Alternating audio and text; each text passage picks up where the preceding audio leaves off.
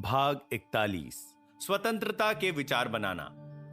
आप अपनी मानसिकता में स्वतंत्रता और मानसिक शांति का विचार भर सकते हैं ताकि ये आपकी अवचेतन गहराइयों तक पहुंच जाए।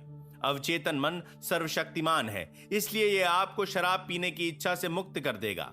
उस मोड़ पर आपको एक नई समझ मिलेगी कि आपका दिमाग कैसे काम करता है। आपको अपने भीतर असीमित संसाधन मिलेंगे जिनके द्वारा आप अपनी बात को सच साबित कर सकते हैं।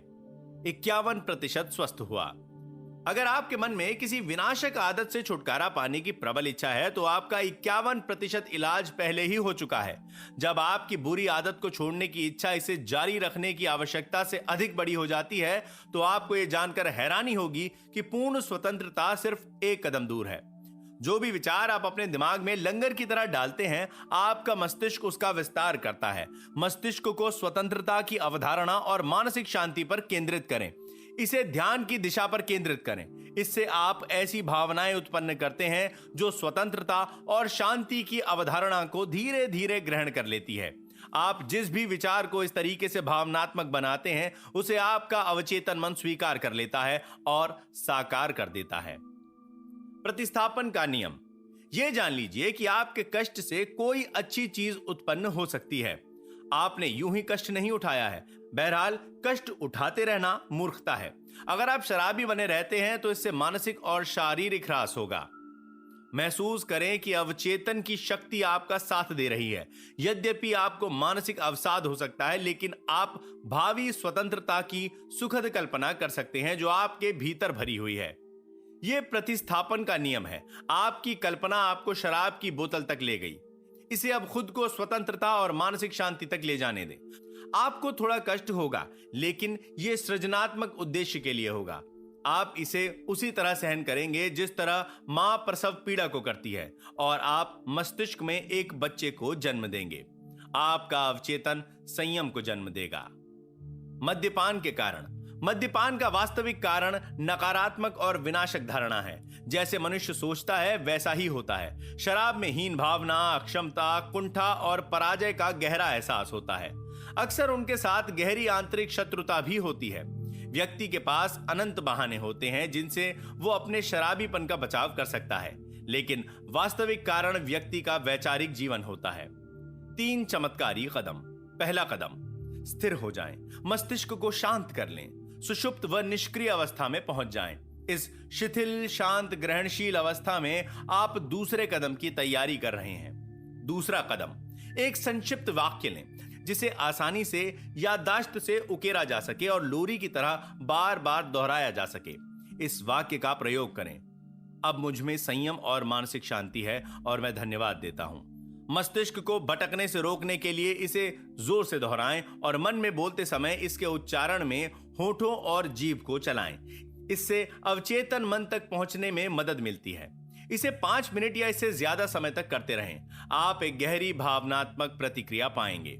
तीसरा कदम, सोने से ठीक पहले वो करें जो महान जर्मन कवि जोहानन वॉन गेटे करते थे। कल्पना करें कि कोई मित्र या परिजन आपके साथ है।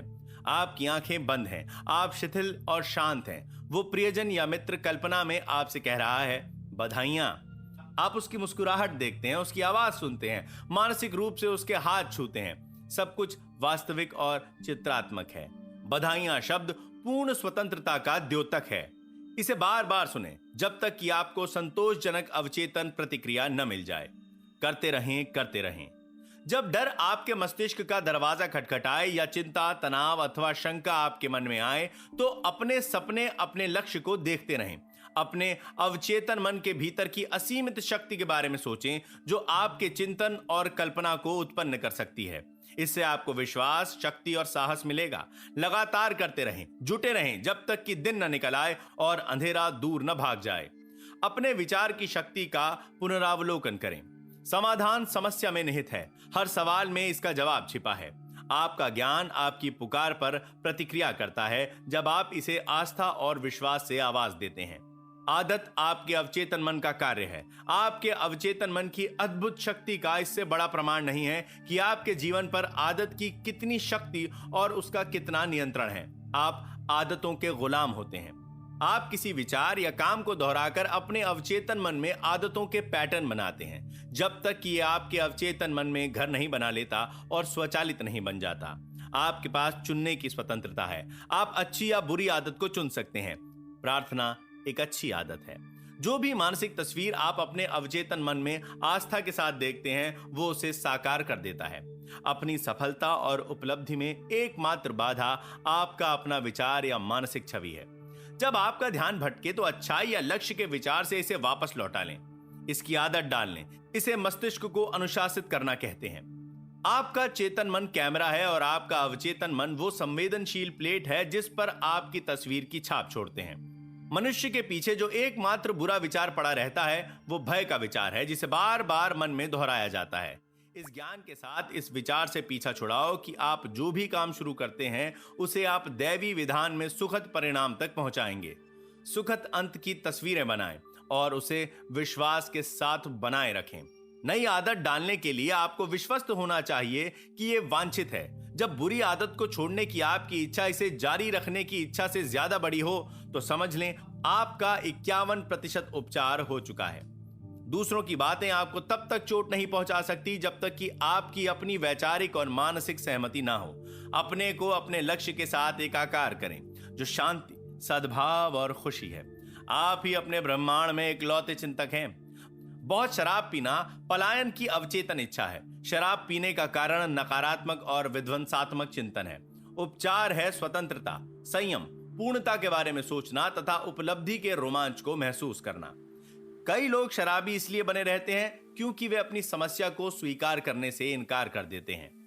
आपके अवचेतन मन का नियम, जिसने आपको बंधन में रखा और आपके कार्य की स्वतंत्रता को सीमित किया, आपको स्वतंत्रता और खुशी देगा।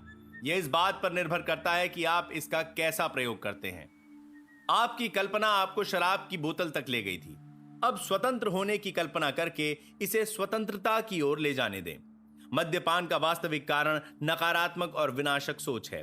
व्यक्ति जैसा अपने अवचेतन मन में सोचता है वैसा ही वो होता है।